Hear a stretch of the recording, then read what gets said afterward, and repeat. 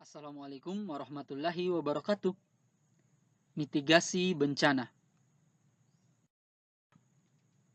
Merujuk pada Undang-Undang Nomor 24 Tahun 2007 tentang Penanggulangan Bencana, definisi bencana adalah peristiwa atau rangkaian peristiwa yang mengancam dan mengganggu kehidupan dan penghidupan manusia, disebabkan oleh faktor alam dan atau faktor non-alam maupun faktor manusia, sehingga mengakibatkan timbulnya korban jiwa manusia, kerusakan lingkungan, kerugian harta benda, dan dampak psikologis.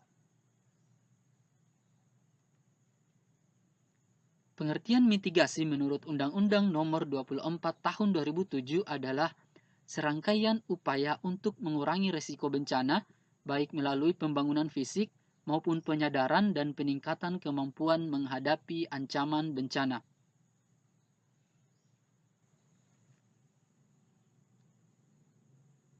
Dalam upaya menerapkan manajemen penanggulangan bencana, dilaksanakan melalui 3 tahapan.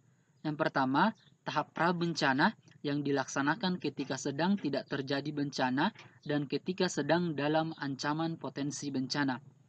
Yang kedua, tahap tanggap darurat yang dirancang dan dilaksanakan pada saat sedang terjadi bencana. Dan yang ketiga adalah tahap pasca bencana yang saat setelah terjadi bencana. Ini adalah gambar siklus penanggulangan bencana.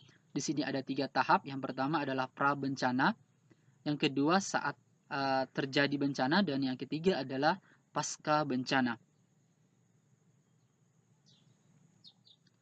Ini adalah gambar manajemen penanggulangan bencana yang terdiri dari 3, yaitu pra-bencana, saat bencana, dan pasca bencana. Pra-bencana meliputi kesiapsiagaan, mitigasi, dan manajemen risiko bencana. Saat bencana meliputi manajemen kedaruratan, dan pasca bencana meliputi manajemen pemulihan.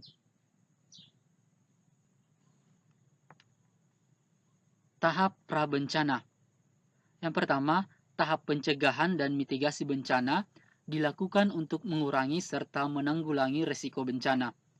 Rangkaian upaya yang dilakukan dapat berupa perbaikan dan modifikasi lingkungan fisik maupun penyadaran serta peningkatan kemampuan menghadapi ancaman bencana. Tahap pencegahan dan mitigasi bencana dapat dilakukan secara struktural maupun kultural. Secara struktural, upaya yang dapat dilakukan untuk mengurangi kerentanan terhadap bencana adalah rekayasa teknik bangunan tahan bencana. Sedangkan secara kultural, upaya untuk mengurangi kerentanan terhadap bencana adalah dengan cara mengubah paradigma, meningkatkan pengetahuan dan sikap sehingga terbangun masyarakat yang tangguh. Mitigasi kultural termasuk di dalamnya adalah membuat masyarakat peduli terhadap lingkungannya untuk meminimalkan terjadinya bencana. Kegiatan yang secara umum dapat dilakukan yang pertama, membuat peta wilayah rawan bencana, pembuatan alarm bencana, dan membuat bangunan yang tahan terhadap bencana. Yang kedua, memberikan penyuluhan yang mendalam terhadap masyarakat yang berada di wilayah rawan bencana. Yang kedua adalah tahap kesiapsiagaan, dilakukan menjelang sebuah bencana akan terjadi. Pada tahap ini, alam menunjukkan tanda atau signal bahwa bencana akan segera terjadi. Maka pada tahapan ini, seluruh elemen terutama masyarakat perlu memiliki kesiapan dan selalu siaga untuk menghadapi bencana tersebut. Pada tahap ini terdapat proses RENCON yang merupakan singkatan dari rencana kontingensi. Kontingensi adalah suatu keadaan atau situasi yang diperkirakan akan segera terjadi, tetapi mungkin juga tidak akan terjadi. Rencana kontingensi berarti suatu proses identifikasi dan penyusunan rencana yang didasarkan pada keadaan kontingensi atau yang belum tentu tersebut. Suatu rencana kontingensi mungkin tidak selalu pernah diaktifkan jika keadaan yang diperkirakan tidak terjadi. Secara umum, kegiatan pada tahapan kesiapsiagaan antara lain yang pertama, menyusun rencana pengembangan sistem peringatan, pemeliharaan, persediaan, dan pelatihan personil. Yang kedua, menyusun langkah-langkah pencarian dan penyelamatan serta rencana evakuasi untuk daerah yang mungkin menghadapi resiko dari bencana berulang. Yang ketiga, melakukan langkah-langkah kesiapan tersebut dilakukan sebelum peristiwa bencana terjadi dan ditujukan untuk meminimalkan korban jiwa, gangguan layanan, dan kerusakan saat bencana terjadi.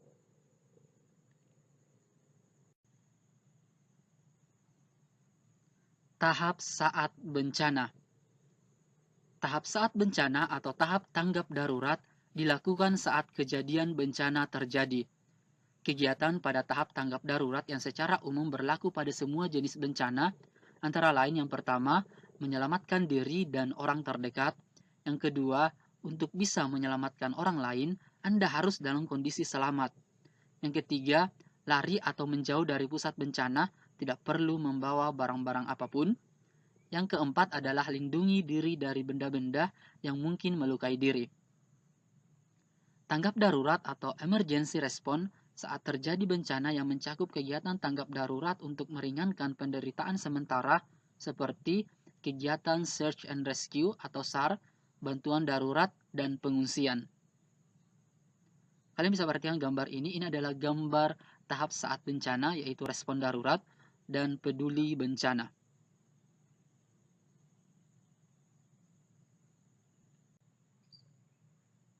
Tahap pasca bencana. Tahap pasca bencana dikenal juga dengan istilah tahap rehabilitasi dan rekonstruksi. Tahap ini terbagi atas 7 bagian. Yang pertama adalah bantuan darurat, meliputi mendirikan pos komando bantuan, mendirikan tenda-tenda penampungan, dapur umum, pos kesehatan, dan pos koordinasi. Berkoordinasi dengan satuan koordinator pelaksana penanggulangan bencana, membantu petugas medis untuk pengobatan dan mengelompokkan korban, mencari, mengevakuasi, dan memakamkan korban yang meninggal. Yang kedua adalah inventarisasi kerusakan. Pada tahapan ini dilakukan pendataan terhadap berbagai kerusakan yang terjadi, baik bangunan, fasilitas umum, lahan pertanian, dan sebagainya. Yang ketiga adalah evaluasi kerusakan. Pada tahap ini dilakukan pembahasan mengenai kekurangan dan kelebihan dalam penanggulangan bencana yang telah dilakukan. Yang keempat adalah pemulihan. Pada tahapan ini dilakukan pemulihan atau mengembalikan kondisi lingkungan yang rusak atau kacau akibat bencana seperti pada mulanya. Pemulihan ini tidak hanya dilakukan pada lingkungan fisik saja, tetapi korban yang terkena bencana juga diberikan pemulihan baik secara fisik maupun mental. Yang kelima adalah rehabilitasi. Meliputi yang pertama, mulai dirancang tata ruang daerah master plan yang sesuai dengan lokasi bencana dan menjadi bagian dari pengelolaan lingkungan. Termasuk dalam kegiatan ini adalah pemetaan wilayah bencana. Yang kedua, pencarian dan penyiapan lahan untuk permukiman tetap.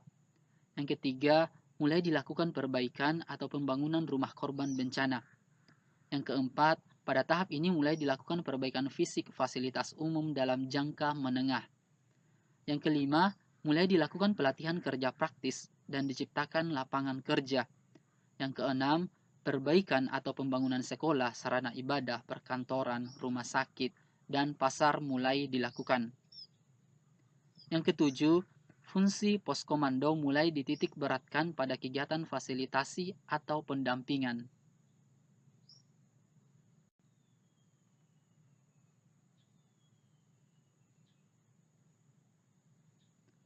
Bagian keenam adalah rekonstruksi. Kegiatan rekonstruksi dilakukan dengan program jangka menengah dan jangka panjang guna perbaikan fisik, sosial, dan ekonomi untuk mengembalikan kehidupan masyarakat pada kondisi yang lebih baik dari sebelumnya. Yang ketujuh adalah melanjutkan pemantauan. Wilayah yang pernah mengalami sebuah bencana memiliki kemungkinan besar akan mengalami kejadian yang sama kembali. Oleh karena itu, perlu dilakukan pemantauan terus-menerus untuk meminimalisir dampak bencana tersebut. Kalian bisa perhatikan gambar ini. Gambar pertama adalah pencegahan berupa sosialisasi kepada masyarakat ataupun kepada siswa-siswa atau pelajar-pelajar. Yang kedua adalah peduli bencana ketika terjadi bencana. Yang ketiga adalah respon darurat ketika terjadi bencana. Dan yang terakhir adalah pemulihan ketika bencana telah terjadi.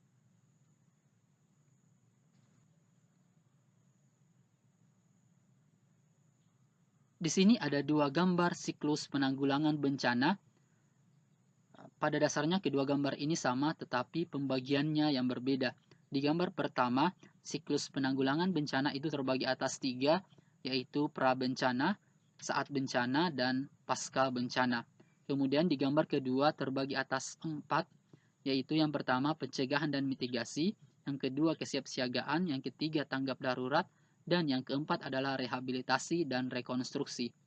Pada dasarnya kedua gambar ini atau kedua siklus penanggulangan bencana ini sama.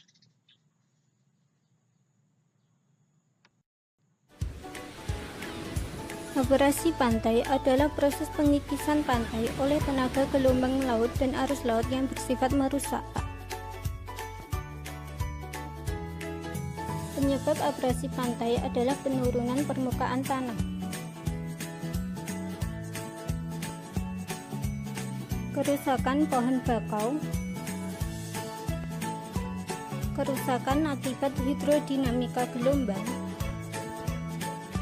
penambangan pasir pantai, pendirian bangunan yang menjorok ke arah laut, dan pembukaan lahan tambak tanpa melalui kajian lingkungan.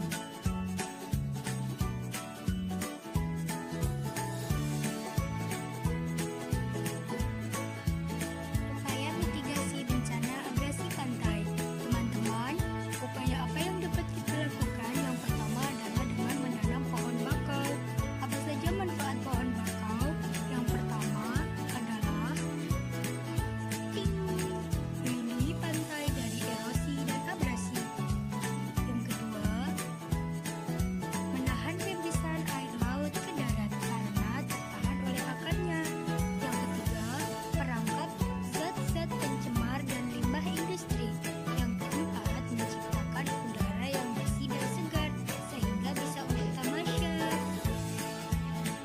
Menjadi habitat alami berbagai biodata darat dan laut seperti kepiting dan kura-kura. Mengurangi dampak bencana akibat gelombang laut seperti menyebabkan angin puting beliung. Yang kedua adalah penanaman pegar. Pegar adalah suatu wadah yang diisi pasir